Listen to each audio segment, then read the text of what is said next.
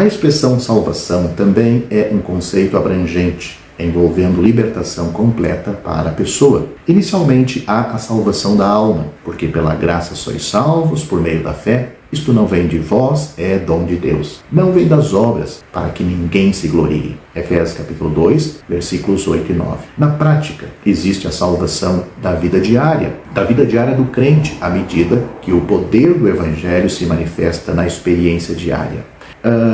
Sobre isto, Paulo disse a Timóteo: tem cuidado de ti mesmo e da doutrina. Persevera nestas coisas, porque fazendo isto te salvará tanto a ti mesmo como aos que te ouvem. 1 Timóteo capítulo 4, versículo 16. Por fim, a Bíblia fala da salvação do corpo na segunda vinda do Senhor Jesus. Note o que a Bíblia diz: esperando a adoção, a saber, a redenção do nosso corpo, porque em esperança fomos salvos. Romanos capítulo 8, versículos 23 e 24.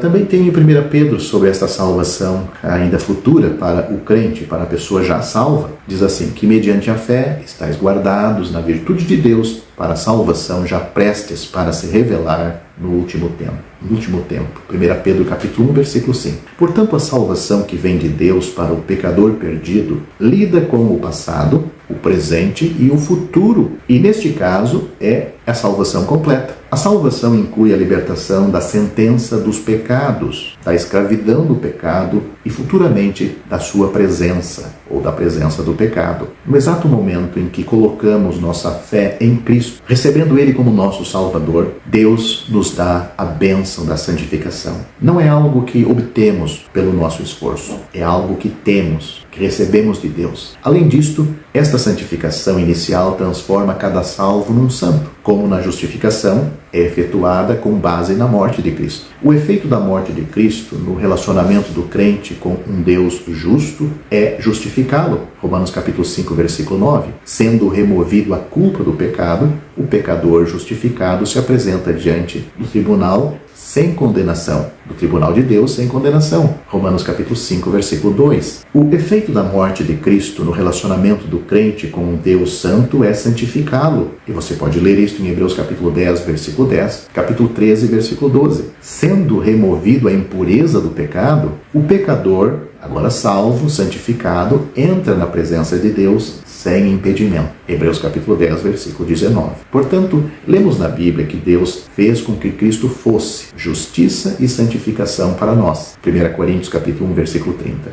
Como é evidente que não há graus de justificação, assim também não há graus de santificação. Uma coisa ou é separada para Deus ou não é. Não há meio termo. Uma pessoa está em Cristo, justificada e santificada, ou está fora de Cristo nos seus pecados e alienada de Deus. Neste assunto não existe meio termo. Ninguém está em cima do muro, quase salvo ou quase perdido, ou está salvo ou está perdido. Embora não haja grau de santificação prática durante a vida do crente, é evidente que pode e deve haver progresso nessa santificação. Assim, o salvo é exortado a seguir a santificação e é avisado que sem esta santificação ninguém verá o Senhor. Hebreus capítulo 12, versículo 14.